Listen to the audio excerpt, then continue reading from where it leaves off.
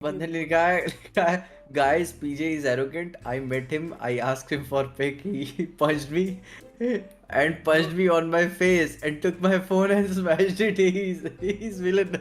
I can confirm this by the way, मैं वहीं पे था। जब मैं बीच में गया तो उसने मुझे भी धक्का मार दिया, बोला हट, कौन होता है तू बीच में बोलने वाला, हट। पीजे के एरोगेंस के बीच में जब कोई भी आता है तो वो उसको मुक्के मार के पंचिंग कर देता है और स्मैशिंग भी कर देता है। अभी घर वालों ने बोला तो तुमने सुना ना कैसे बोल रहा हूँ, आ रहा हूँ खोल रहा हूँ ऐसा। पीजे की खोला खोली के बीच में तो कोई आ ही नहीं सकता भाई। हमारी क्लास में एक सर थे भाई, चौहान नाम था उनका, ठीक है।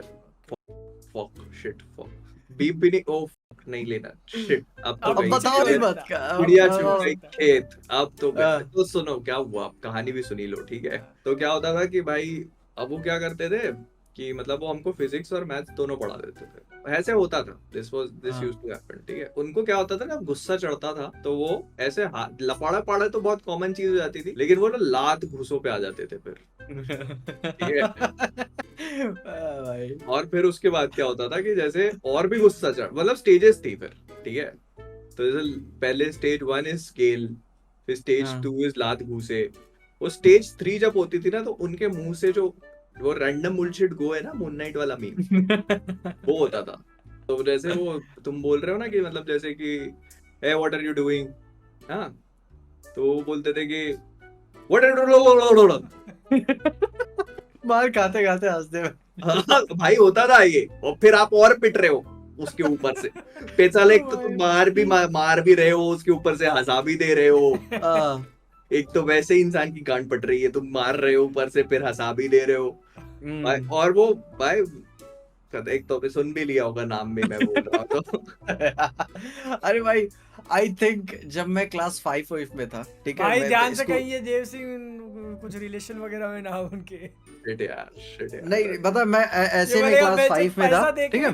पैसा देके कुछ। भाई, नहीं अरे यार टीचर लोग तो नहीं, तो टीचर वो लोग तो नहीं करना। आई थिंक बताए वो क्या बोलते हैं, जब होता है ना कि अरे मेरे मेरे स्कूल में 2 बिल्डिंग्स थी, छोटे बच्चों वाला नर्सरी से लेकर क्लास 8 तक, और उसके बाद 9 10 11 12 की अलग बिल्डिंग थी, बड़े सब बड़े बच्चों की, बच्चे, ठीक है। हाँ, अलग, हाँ।